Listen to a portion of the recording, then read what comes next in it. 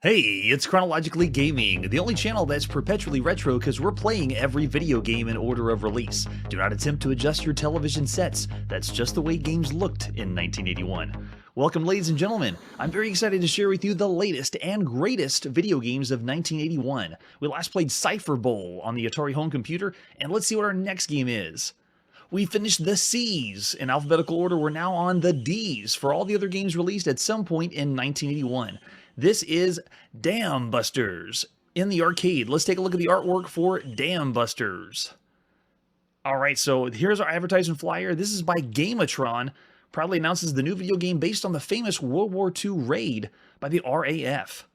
Nice, Gamatron. If you notice the address in the bottom, GAT is in Britain. So this is a England-developed arcade game. Fly the Lancaster bomber, dodging the takeoff hazards, avoid anti-aircraft fire from ship and shore batteries, dodge and fire the damn defenders, and avoid the barrage of balloons, approach the dam at the right speed and height, and drop the bouncing bombs. That's right. A sure money winner in the arcade. There's our PCB for Dambusters. And then for controls, looks like we got a 4-way joystick. We have 2 fire buttons and a bomb. Okay, so 3 ways to attack in Dambusters. Very interesting. There's our arcade marquee. And let's see what else. We have just a screenshot. Looks good. We have a manual for this one. So here's the manual for the arcade. Bristol, England. Technical manual of Dambusters. Let's see if it has anything about the game itself. This is just operating instructions here. Scroll down a little bit more. Gives us information about the dip switches. Maximum game selection. Test screen alignment. Color bars. Yes. All the testing. The game board program will automatically reject most swear words in the high score roll of honor display. However, you can find offensive words in the roll of honor. There is a key switch in the back of the machine near the bottom of the right, which when operated will remove all the names and offensive words. It will, however, keep the actual high scores on the screen. If the key switch is inadvertently left on the on position, each page of the attract mode will quickly flash around. That would be the first time that profanity has ever had a toggle for a video game. There it is in Dambusters. And of course, it's a game called Dambusters. You gotta have a switch for the swear words, right?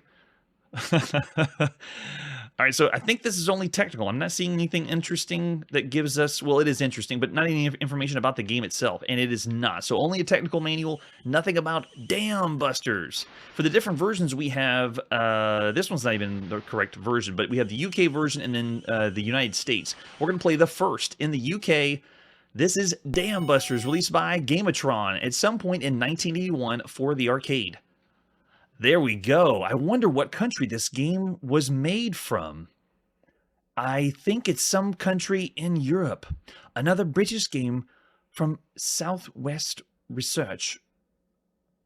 50 cents for a solo mission, $1 for a dual mission. Interesting. So you have a choice between 50 cents or $1. That seems extremely expensive. Which, by the way, this can't be the UK version if they're giving us dollars. Let me back up a sec, and they have the Royal Air Force. Nice. Yeah, let me see. Hold on a sec. Let's check out the UK version, because I'd be surprised why they would say dollars for the price for the arcade game. There you go. Play. Oh, there we go. It's just the same beginning opening. It's the United Kingdom bringing us arcade games. An excellent British game. There we go. Yeah, there you go. 20 pence for solo, 40 pence. Okay, here we go. Now we're in the UK. All right, putting in our 40 pence, which, if that really translates to 50 cents and $1, that is a very expensive arcade game. Lights under bombing warn of dam approaching. Descend until beams touch water. Judge distance to dam before bombing. Climb fast after bombs away. Watch control panel. Green lights show number of lives left. Alarm sounds when the fuel's low, I guess. And the weather report. Severe icing conditions. Fly through the storm clouds. Reduces remaining lives. Your mission is to destroy the enemy dam. Good luck. Press pilot 1. So we put in enough money to have the full experience. And then we're going to push start. Here we go. First time getting Dambusters up and running on the arcade. So I have a 4-way joystick, fully control of my plane, really impressive. I'd say pseudo-parallax scrolling. We have different sets of clouds moving behind us with the classic moon crest of Starfield. And then what do we have for shots? I got a shot in front, shot behind, and then my bombs. Nice. And it's playing on the trope we've seen a lot in the arcade games, which is horizontally scrolling shooters. This one's a little bit more down to earth. Oh, I survived one shot. Interesting. I didn't go down immediately. I also have control of my shots. Yeah, front and back, I can aim them up and down too.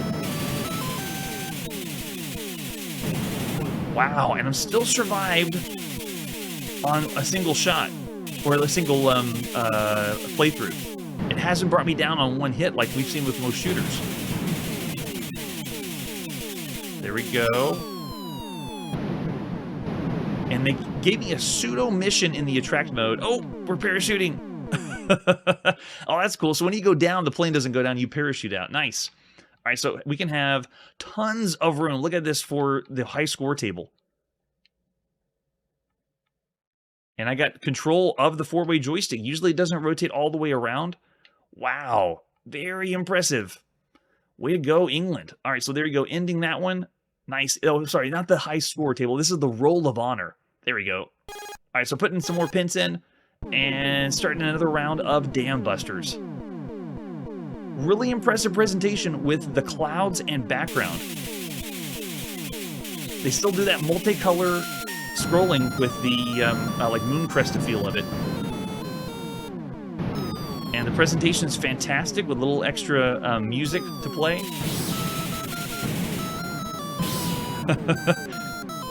It's just not silence and plain noises. It's actually giving us a little ditty in the background, which is really nice.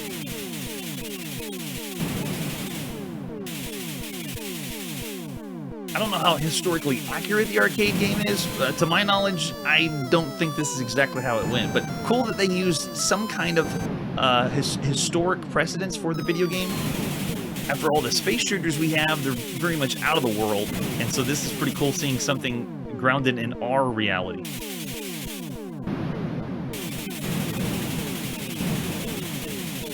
I don't see a reason to fire behind me just yet. Oh, I can shoot those down. Nice. But I do have to wait to shoot from behind my plane. Wow, yeah. Terrain changing up, very similar to Scramble and Super Cobra.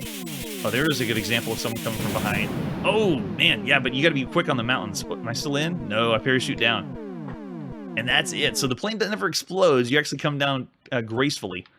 We'll just put in C this time. On the roll of honor.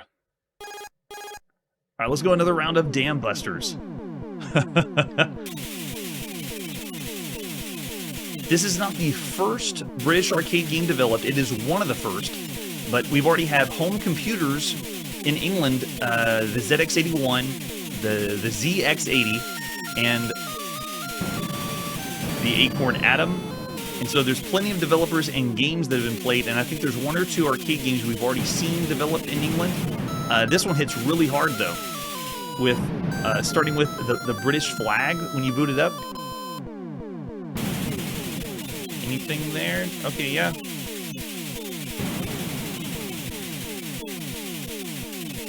Great play control with shots in front and back, and the ability to angle your shots. Oh, bombs don't hit those guys. There's also a very slight delay when you're doing a shot. Oh, hit the top there. Am I out? Yeah, that's it. There's a slight delay whenever you do a bombing run. You can't move super quick after that. It's almost like whenever you jettison the firepower, you got to wait a little bit before you can control yourself. Okay, so going in again, putting as many pins as I need in to play another game of Dambusters.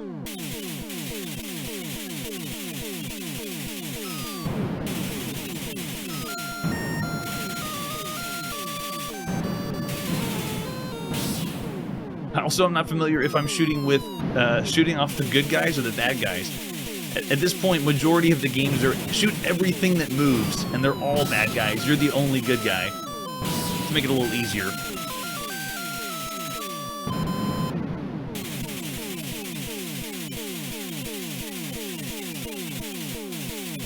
Oh, for 1981, this is excellent. I recommend Dambusters. Be sure to visit the Dam tour guide and buy some damn gifts. Any chance you can say damn while you're playing in the arcades, then do it. No, I can't believe how I'm getting hit so easy. Okay, so I want to avoid these planes here. And no, I still got the hit. So when the planes come at you and you get attacked, you can't really avoid those shots unless you shoot them first on the other side of the screen. The other thing it doesn't do that we've seen with arcade games that's a new thing is continuing to play where you left off. So, oh, here we go. A game of skill based on an actual raid. The 617 Squadron RAF, 16th of May, 1943 during World War II. You need 2 credits to take off. After ascending, do not fly too fast. Do not fly too slow or you will stall. Avoid land and the alarm will sound. Okay, so it's giving slight simulation. You can see in the beginning whenever I start, I have the ability to move. At the bottom, you can see there's a speed gauge, and then I also have damage report for different ports and stability and tail or flap. So it's not, I wouldn't really say, am I going too slow? Yeah, I am, so I'm stalling. There we go. So whenever you move left and right, that controls your speed. And we do have a fuel gauge. I'm not familiar with how to fill up the fuel gauge, though. We usually see something to blow up, but haven't seen anything like it yet. And that's probably why I went down. See, if I go too far to the left, the speed goes too... Yep, I'm stalling now. You have to be able to go to the right to speed that up. So, interesting direction. It's not the idiot's shooter. This is actually a smarter shooter than the other ones we've seen. Still waiting for that game that's going to give us power-ups in shooters. Well, we've seen a few things that increase, like the ship. Oh, he got me that time. And add upgrades to ships, but I'm just thinking more of akin to R-Type and things of that nature, but won't see those for a very long time. As good as this plays, and going horizontally like this is awesome. Oh, see, I got a shot, and I got a hit, and that's why I went down. Okay, so it wasn't because of stalling, it was because I got hit by another bullet. And quickly going through the honor roll, or the roll of honor. All right, last chance to check out some Dambusters. So the game is not allowing me to continue right where I left off. I'm always playing from the very beginning. You do the takeoff, and then you just see how far you can... Nice, I saw the Southwest Research ad in the middle of the mountains back there. But I like the game is not allowing me to continue right where I left off before. Yeah, there's small pixels for those bullets that are hard to dodge. Let's see if we can go in between there. There we go. There we go. Oh, I see. The explosion of the ship hits me. Gotcha. I also don't think I'm doing any damage on the bombs. Every time I drop them, and I think I'm hitting a target, and it looks pretty good, it still really doesn't do much. But down at the bottom, the display tells us what we got for damage. So you can see I have several things that are red right now. Oh, yeah.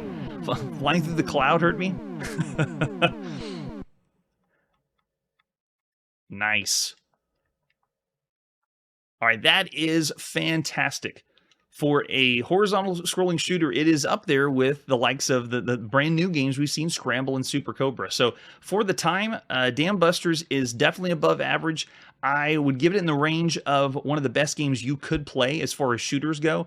And I'm wondering if, because the space shooter craze is so popular nowadays, I wonder if this didn't sell as well in the United States because people wanted space shooters, or would this have been refreshing to see something caught in a historical landscape? You're playing a plane that's based on something in reality. So at the time in 1981, I can't really make that claim, but for me, it is very refreshing. It's going to go for a 4.5-star rating, so one of the best games you could play of all the video games we've played at this point in 1981. So there you go. Dambusters is a damn good game. 4.5 stars. Let's move on to our next game. And we're still in England. We're on the ZX81. And this is The Damsel and the Beast. I have no idea what this one is. We have no information on this one, an alternate version of the game, and that's it. But then that's all we have is a screenshot. So here we go. We're popping our cassette tape and playing some of The Damsel and the Beast. Here we go. Do you want an easy, medium, or difficult game? Now, I know eventually we're going to have advertising in England for how hard or difficult is the game, and that's going to be the one of the draws for whether you buy a game or not. Is it super incredibly hard and difficult? But nowadays, in early 1981, we don't really have that as an advertisement or a key point of it. So we're going to go with easy because we have no idea what this game is. And then it says, setting up now the easy type game of the Damsel and the Beast. After going from the arcades, this is what you would be able to do back home in England in 1981. Interesting, we got these back to back. We're just going in alphabetical order, so we never know what we're going to get. And there we go, we're in. We have 10 clubs, 20 torches, and then E. We have no manual, by the way. We're playing this blind. So right off the bat, I'm going to try things on the keyboard. And looks like this is being controlled, by the way, with this keyboard. It's one of those chiclet spongy keyboards. I'm going to try first the arrow keys and see if that gives me anything. Oh, no. Arrow keys don't even control that one. Okay, so let's try different keys on the keyboard. Okay, so it looks like I can move up, down, left, and right. Oh, I found an O. I don't even know what that is. You have lost half your clubs and wait. Oh, maybe O means some. So they're using text to describe things that are happening in the game. But if I move, can I move myself around? Am I dark now? Yeah. So I'm the W on the screen, and as you move, I'm just trying different keys. If you're against a wall, it just doesn't allow you to move to the next side.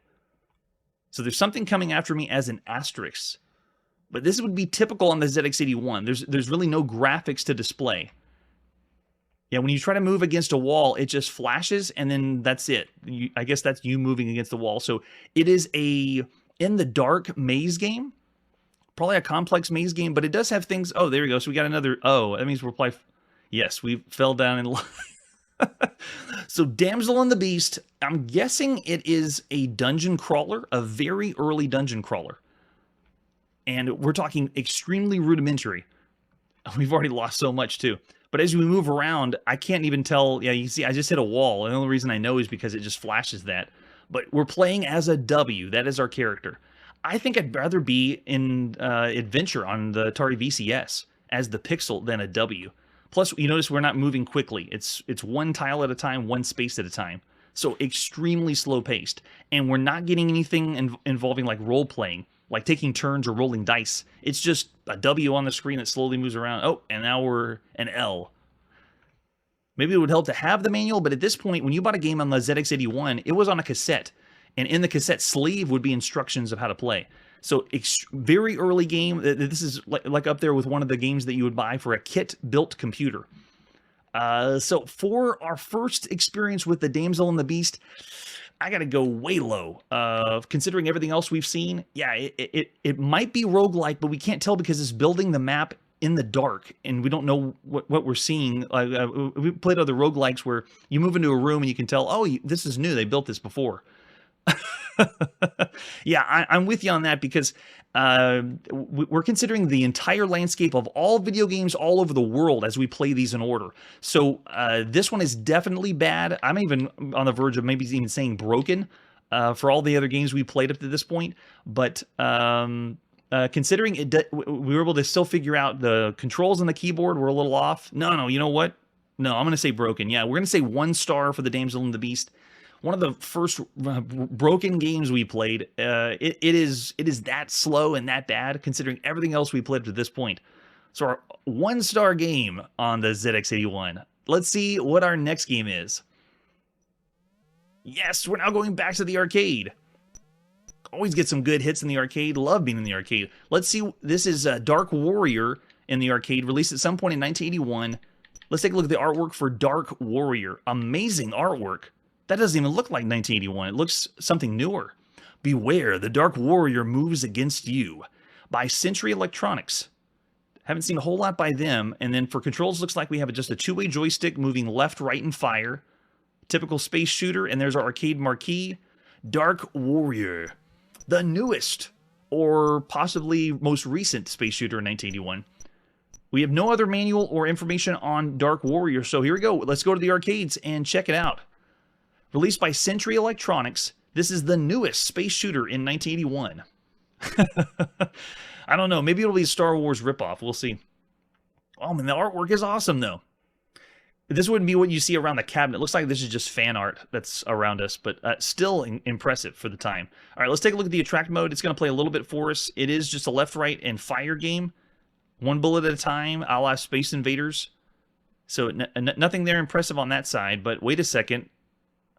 There's something happening down at the bottom, too. It looks like there's aliens coming down at the bottom at the same time. Okay, so let's put a coin in and push and start. First time playing Dark Warrior.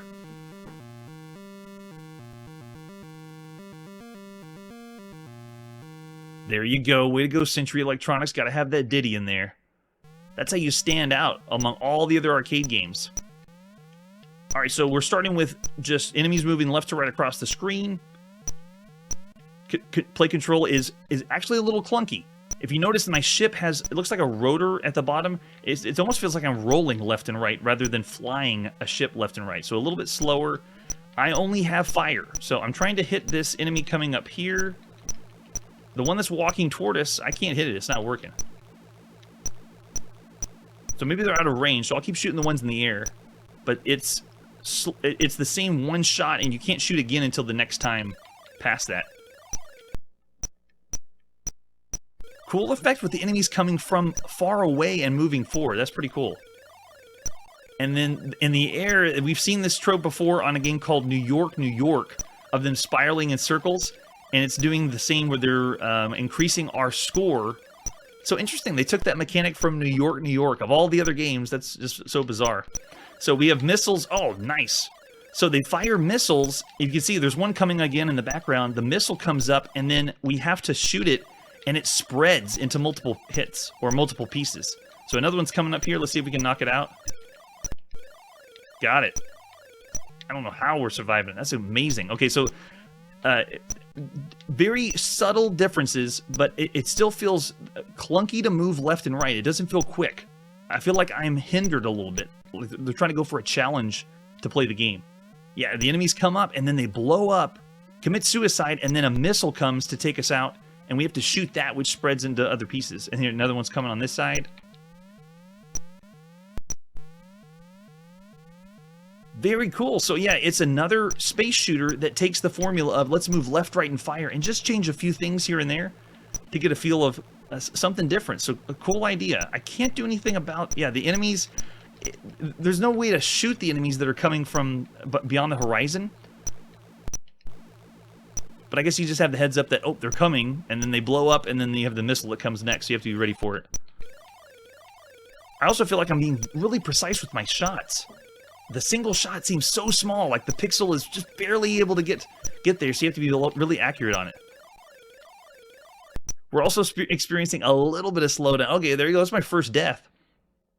But still, considering everything else we played in the arcades, it's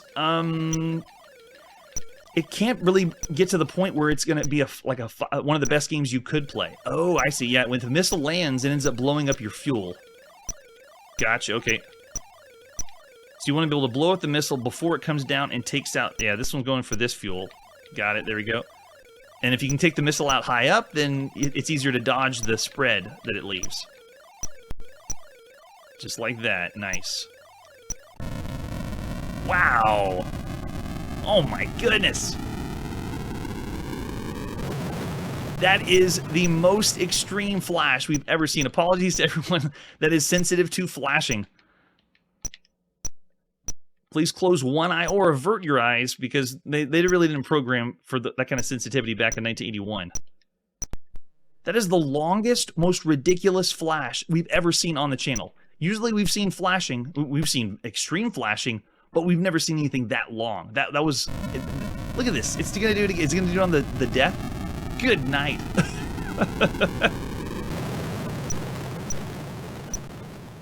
All right, and we didn't really go into a bonus mode either. It's essentially the same idea. Same screen, same...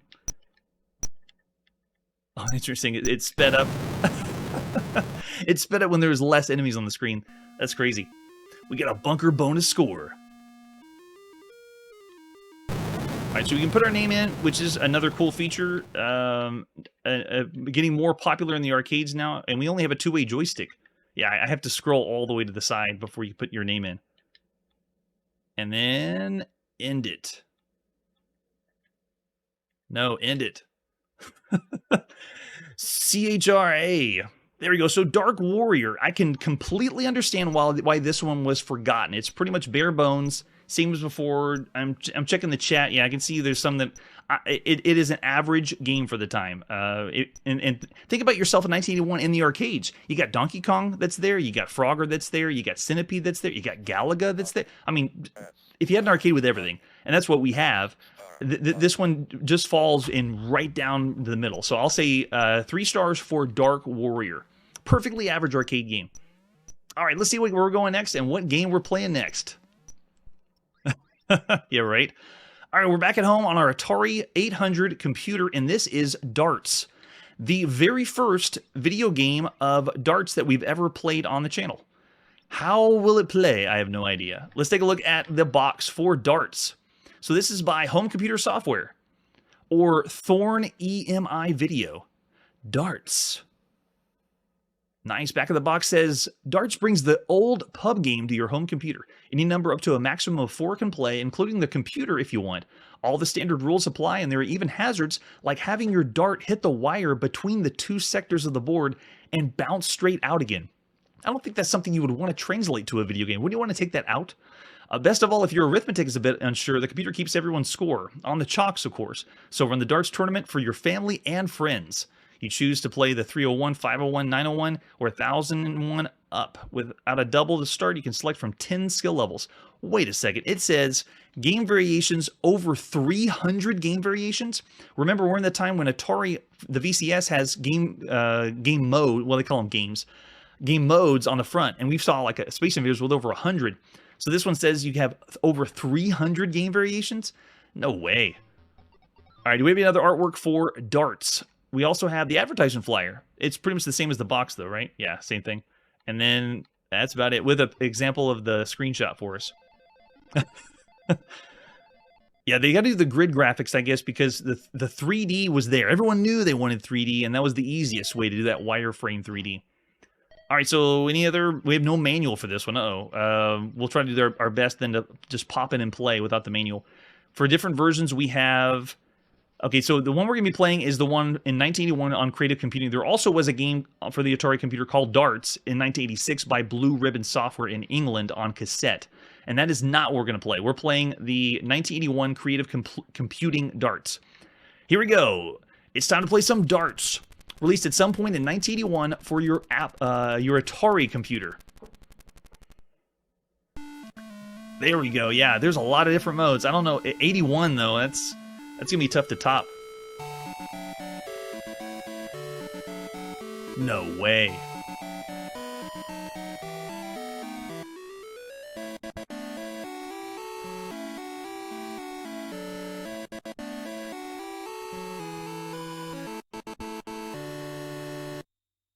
That is an opening. Okay, so everyone that's been tuning in, and yeah, that was not just a nice title animation.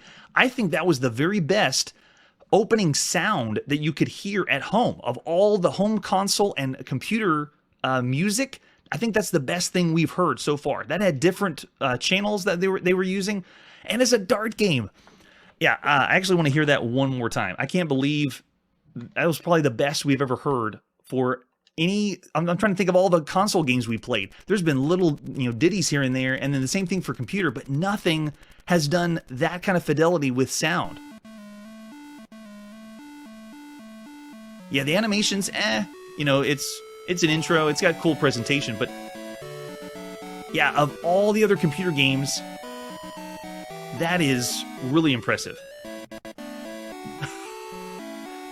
Now I want to know if it is public domain or if they made it for this game, for Darts. Wow, yeah. Of all the games we played, that is one of the best sounding music tracks at home on a computer. All right, so they want player initials. We're going to put in everybody in the chat. So we got Bubsy. So we'll put BU for Bubsy. And we got Chiptune, CH for Chiptune. And then we got L Curtis B. So we'll do CB. And then that's it. All right, so we got which game mode do we want to play? A 301, 501, and these are all the different rules for darts. The first screen we have here is cool because of the perspective, but it does seem dark. Considering the other games we played, it just seems like the colors are muted. It feels like we're playing in a pub. Maybe they had that aesthetic. They wanted to have that. All right, so let's play 301, and then I'm just. By the way, we didn't have a manual, so I'm just. It said put initials in, and I literally just put the two initials and just kept going, and it worked for that. And then the same for when it asked what we wanted to, what game mode, I just said 301. And then do we want double to start? We'll say no. Yeah, I'm pushing N on the keyboard. It works. Skill level, we'll just say 1. Yeah, so I'm just following the command. So right off the bat, it reminds me of playing the Alibaba and the 40 Thieves. They make it very intuitive that you put the game in and you play, and you really don't need a manual. It works. All right, so we're here. We're playing darts. Does the joystick work? It does. No way. All right, let me put 2 joysticks in just to see if we need to have 2-player. All right, so right off the bat, I am in control using the Atari joystick of the hand on the screen, and then I just push the button. What? Oh, it hit the middle of the pin, the metal part. No way. That is really cool. So I can't believe this is 81. I can't believe I hit the pin twice. That's so weird to do. Yes. Maybe they're so dark because they wanted it that way in a pub. That's the only thing I could think of. All right, so the next person goes, and everyone's sharing the same controller. We don't need to use... Yeah, so it's not using 2 players. You just hot seat it. You switch the controller back and forth for 1 person at a time. But animation's pretty good. Look at the way it has the player on the side. They just put so much love into this game for 1981. It's crazy. It's a sports game, a pub game. So animation's there. Yeah, I'm still off about the color. Feels weird that it's in the dark, but it could have been a design choice. I could see him doing that for a pub. And you just go player by player. They have their turn in and they calculate the points in. So you can see how it works. Very easy, very intuitive. You move a hand around, and then you just push the button. And we're playing on an Atari VCS joystick. It's the same idea. Look at that. Nice. And then it's calculating everything for us. If you ever played darts before, it is something you have to do math in your head. And if you're in a bar drinking, usually it's hard to remember what the score is to write down. So really cool that the game is doing that for you. All right, so can we go again? Yeah, so we're going again. Yeah, so this is our first darts game we've ever seen on the channel. It's also, I would say, for all the other like parlor games, this is the best presentation for it. It is very quiet. After that amazing opening with the music, this is silence. It's all we hear is a tick when it hits the board. Yeah, and that's it. But I guess you don't want a bunch of noise or music while you're playing darts. Oh, nope. Oh, I did get one on that one. Okay, great. But it's really cool with the controls. It moves around slightly. So I'm not moving the joystick, so I got both hands up. You can see it waggles your hand a little bit, kind of giving you the impression that you're having to fine tune where your shot is. But whenever you take control of the joystick, you can see I have movement in all directions, and then just need to decide when to push the button to get the bullseye, or whatever score you're going for. Yeah. In fact, I'm glad you brought up Intellivision. This reminds me of if Intellivision did a darts game. This is what I would expect. It would look like this and it would feel like this. I don't know how to explain that. Just this seems like it's something Intellivision would do. They would make it so it would be a more complicated than just a board and then you push a button and play darts. I mean, look at this. They even have an animated grandfather clock in the bar. Yeah, that's true. The waggle kind of makes it so that you wouldn't have a perfect shot every time, but you kind of have an idea because it's randomly moving it, and it'd be fun to. This would be a fun game to play with other people. Yeah, it's a perfect dart game. It is our first dart game, but this is the perfect dart game. I know it's the only one, but who knew the only one was perfect? At least for 1981. And they even had where you can hit the pins and fly off the side. That's awesome. Very cool. Yeah, and if you're into darts, this would be really cool to play. All right, so I think that's it. I don't know about the 300 game modes they were talking about, but I didn't hit...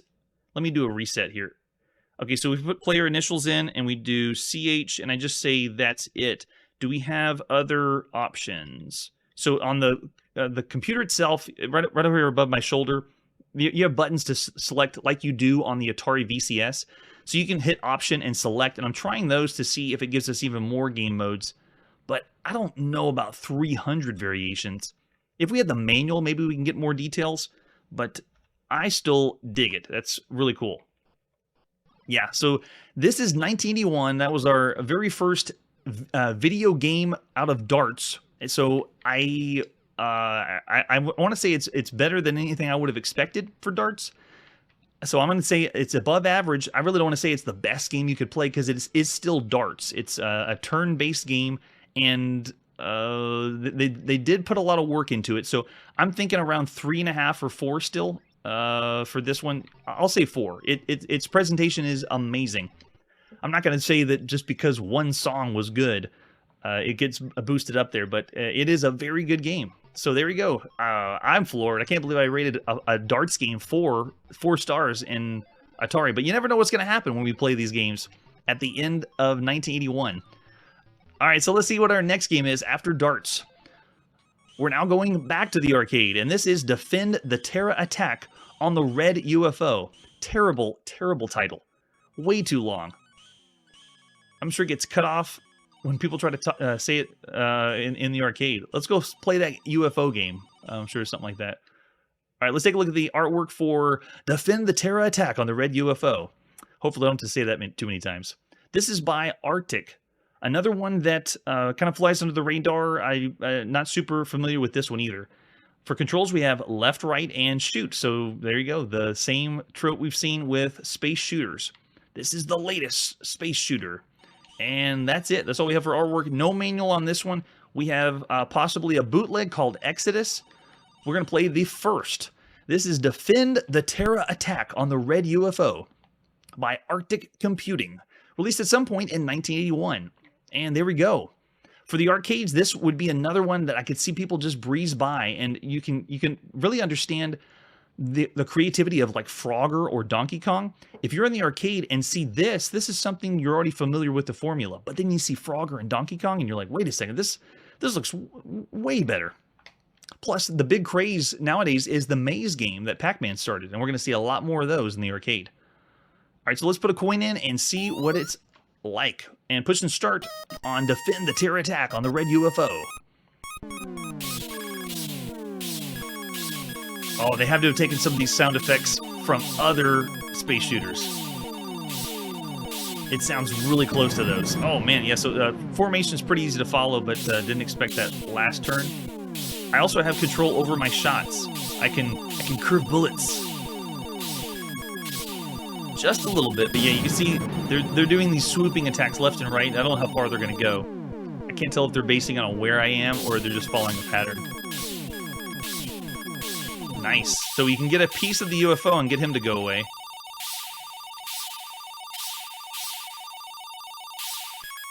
But sound effects are on point. It's up there with Dark Warrior, and it's giving me vibes of Mooncrested with a starfield in the background, multicolored. But it's still, I'd say even more bare bones than that because, I mean, we've played more impressive shooters that have added more to the formula. Let me go again just to see if we see anything else, like if there's a boss or something like that. So put another coin in and push and start. Defend the Terra Attack on the Red UFO. The UFO isn't even red. So are we defending or are we attacking the UFO? Oh, I guess that UFO is red. The one that flies at it, or the one that killed me, that was a red UFO. That bullet is going right through that guy. Can anyone else see that? It looks like it's clipping through the... Okay, finally got that one. So those are the red UFOs.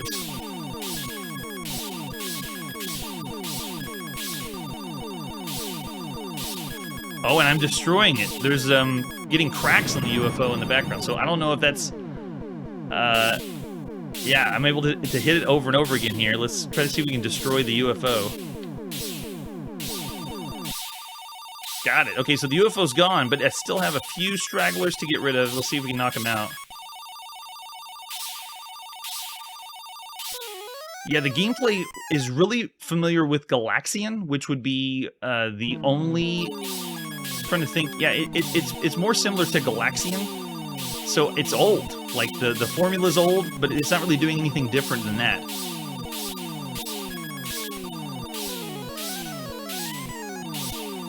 It does have that Golden Age sound effect vibes, though. I do not know how I got out of that one. That's amazing. Yeah, and every time you hit the center... Oh, nice. So you can get shots on the UFO to knock it out, but that's it. I think all it is a score chaser with a very simple formula. Yeah, anything else? Is it going to give us more? No, it's the same thing ad nauseum. So there you go. That's Defend the Terra Attack on the Red UFO, another forgettable arcade game. So considering everything else we've seen, it's still around the average range. But is it bad? No, it's not a bad game. I'll say 2.5 stars. It's the lower end of the average, but still not anything super impressive. Are we on the same wavelength, chiptune? I feel like we're in 1981 together tonight. Yeah, so it is disappearing, but yeah, it is lame with the... It just disappears and that's it. And there's no upgrades considering the other ones we've seen. All right, so that was Defend the Terra Attack on the Red UFO.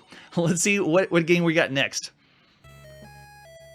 There we go. We're now playing the VIC-20, and this is Deflect. Let's check out Deflect on the VIC-20. We don't have anything box-wise. All we do is the screenshot, so we're popping in and playing Deflect, released by Vicsoft at some point in 1981 for the VIC-20.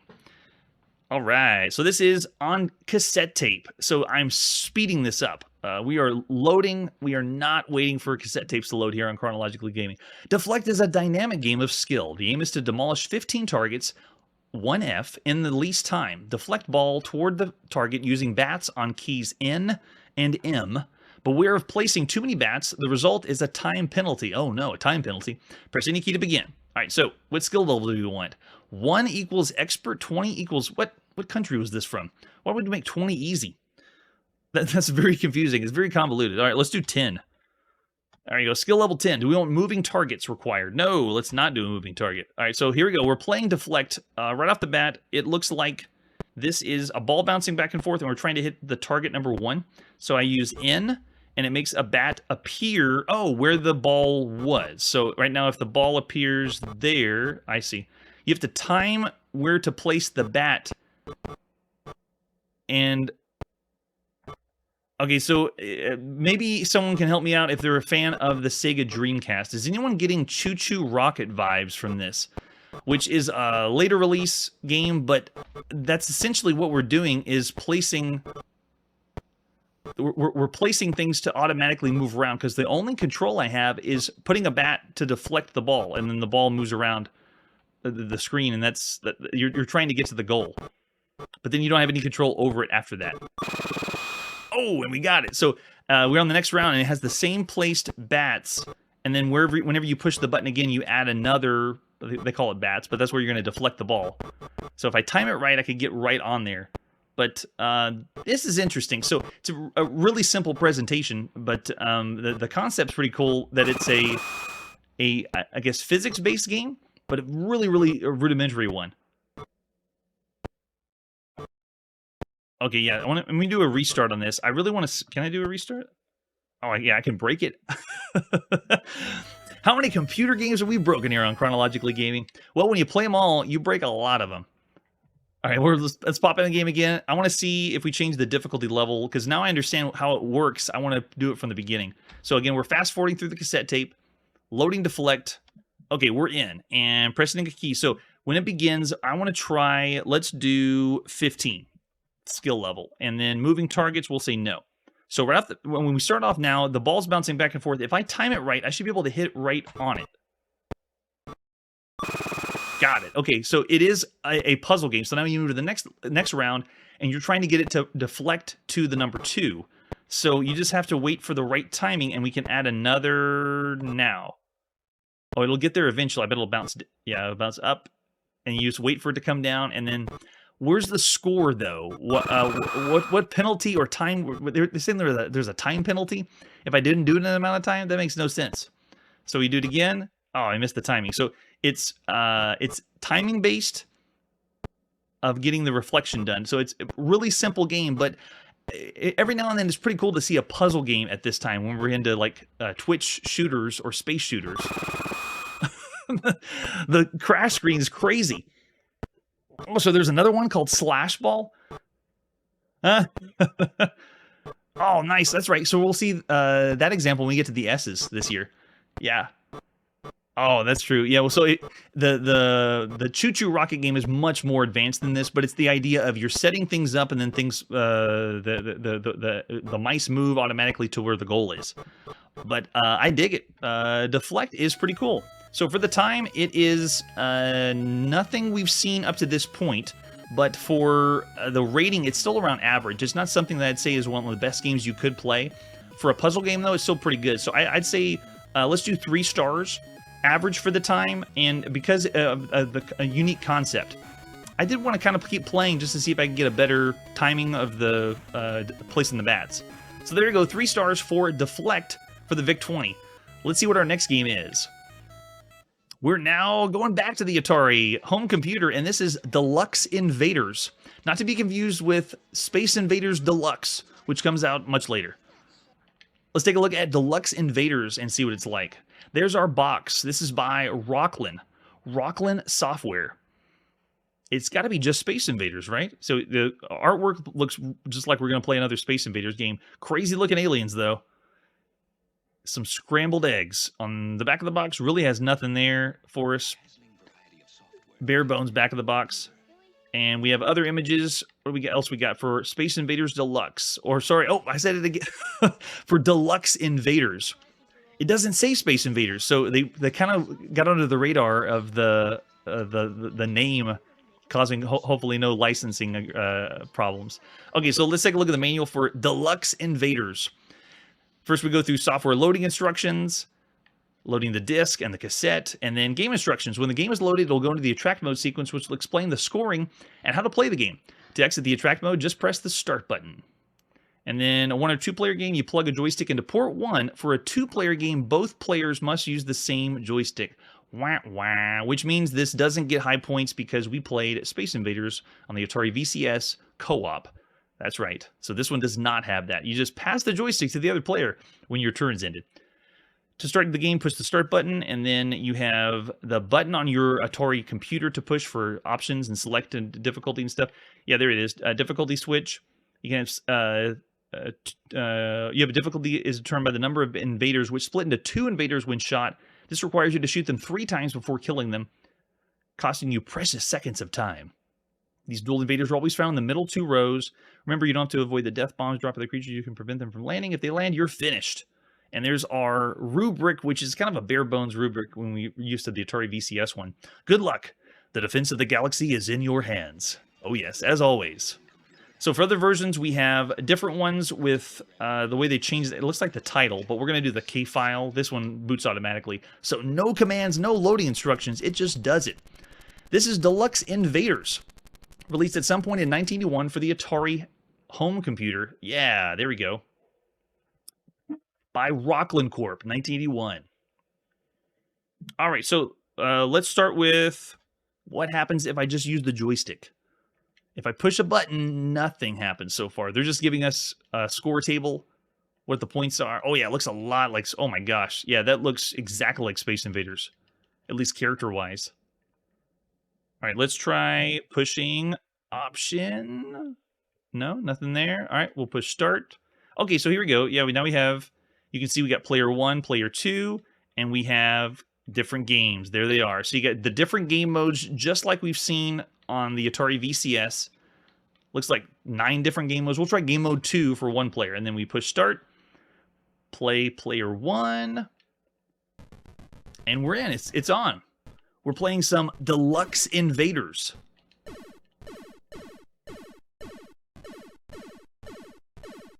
Yeah, it is... Oh, we got the split. Which I believe they did that in the arcade. Taito brought out their latest Space Invaders Part 2, and that's what it did in that version. Sound effects, though, sound pretty sweet. Really good. Oh, my base is already going down. Yeah, it didn't have the co-op play. That's kind of the way I felt whenever we played the VIC-20 Space Invaders. It looked just like Space Invaders. It played really well like Space Invaders, but we already have multiple game modes out there. And so, like this one too, it kind of falls short because we know there's so much more or better you could get. Yikes, already game over. So let's try a different one just to see what it's like. There's game 3, 4, let's try game 5. And I'm only doing one player because we know that 2 player, you'd only alternate the players out. All right, so game 5, I'm going to do the tactics I read about, the how to win at Space Invaders. You take out the far left row first, and then the far right row, and then work your... Oh, he deflected my shot. Can I get a hole in here? There we go, nice. And then we'll do the far right one. Oh man, yeah, they really sped up the UFO. No way I'm getting the bonus points on that one. And then now you work your way around every row, knocking them out.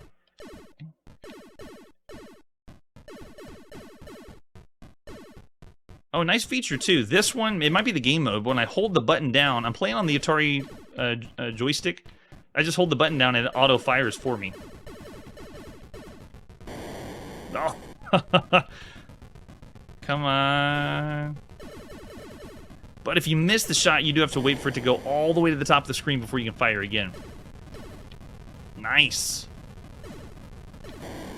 Oh, yeah. Cool. All right, so it is an excellent game of Space Invaders, but it's still bare bones. Well, it's Deluxe Invaders. Excuse me. Not Space Invaders. All right, so of all the games we played at this point, it is still around average. In a way, I did kind of feel harsh for like the VIC-20 version of Space Invaders because at this point we want to say that it's still a very good game for a shooter. It's something you would want to play in 1981. So I'm going to do the same thing for this one. 2.5 stars because we know there's more out there. It's still around the average range, but still not really the best. Yeah, the VIC-20 was really close to matching the arcade. This one adds like a little bit more animation with the aliens and whenever they die, things like that. So little tweaks for Deluxe Invaders. So it is a deluxe version, but just not a lot of game modes. All right, so we'll still say around the average mark for that one. So that's Deluxe Invaders for the Atari home computer. Let's press forward and see what our next game is. Yes, this is Demoneye-X. Demoneye-X in the arcade. Let's see what the artwork is for Demoneye-X. Fearsome unknown creatures close in. Now a new terror spreads out across the universe. Oh man, looks like the Eye of the Beholder from Dungeons and Dragons, or at least a variation of it. All right, so we have left, right, and fire for controls, and that's the use. Yeah, it's a beholder. All right, so Demoneye-X. That is, I think that's all we got for screens. Yeah, it's just screenshots. All right, so here we go. Let's play some Demoneye-X in the arcade. Released at some point in 1981 by IREM. Yes. Not going to know what's going to happen with this one. But IREM is pretty cool to see. One of the first releases we've seen by them. For attract mode, really not much happening there. That's right, yes. Eventually. All right, let's put a coin in and play some Demoneye-X. Push and start. So right off the bat, it's going to start like we've seen with most arcade games. I checked the controls. Yeah, I only got one fire, so this is it. And I am just shooting everything that moves. Interesting sprite work. We got flying squids on the screen. And I want to take out that beholder. I mean, Demoneye-X. Let's see if I continue to shoot it, what happens. I think it has pieces of it that are falling off is what it looks like. Yeah, there we go. It has little things that are coming off of it to be destroyed. It almost feels just like we played Defend the... Now I forget the name of it. Defend the Terra attack on the UFO, where we have just the one boss or one thing at the top, and then little things are coming down after that. It has the same vibes, even though it's not a UFO, and now we're fighting a beholder, I guess. Can I blow him up? Come on, beat the eye up.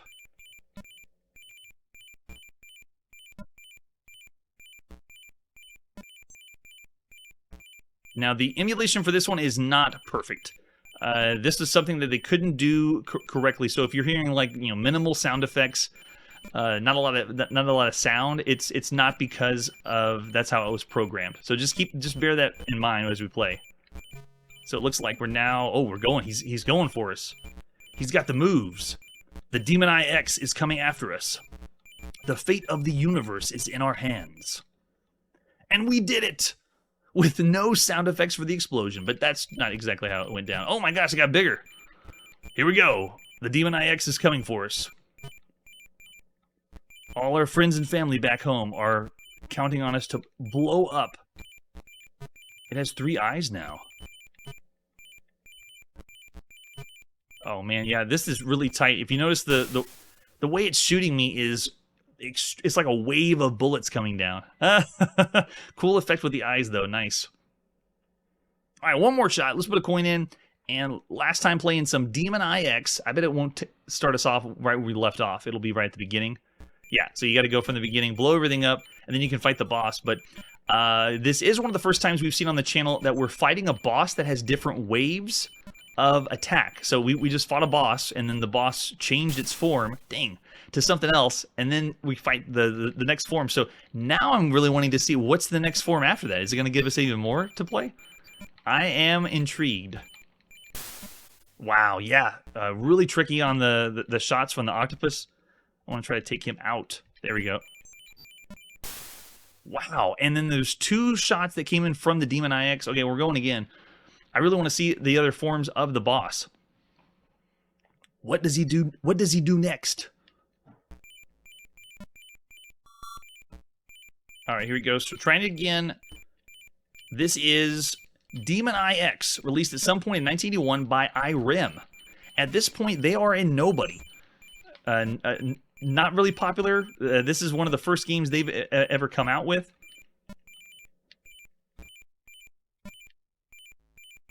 This game does require precision on the timing of your shots.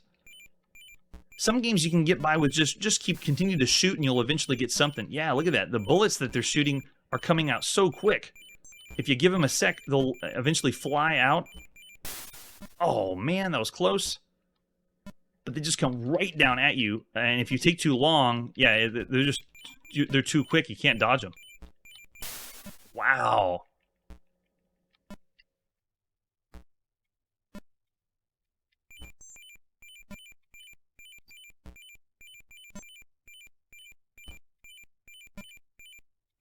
And we're getting a little Space Invaders vibes of having things come down closer and closer to us. You see they're coming down faster. Oh my gosh, yeah, it's like so many pixels wide to get that last enemy. Finally. Okay, so now we get a chance to attack the boss. So it goes through this first phase, and you can tell that the bullets that it rains down, it looks like they're falling away from... Oh, I got it. I can't believe it. It didn't look like they're coming directly from the boss. And now we're coming in again. IREM used a very special board for this game. That's why it's difficult to emulate. It's a rare PCB, is what I've read, and that's why the sound and the graphics aren't coming through exactly as it should.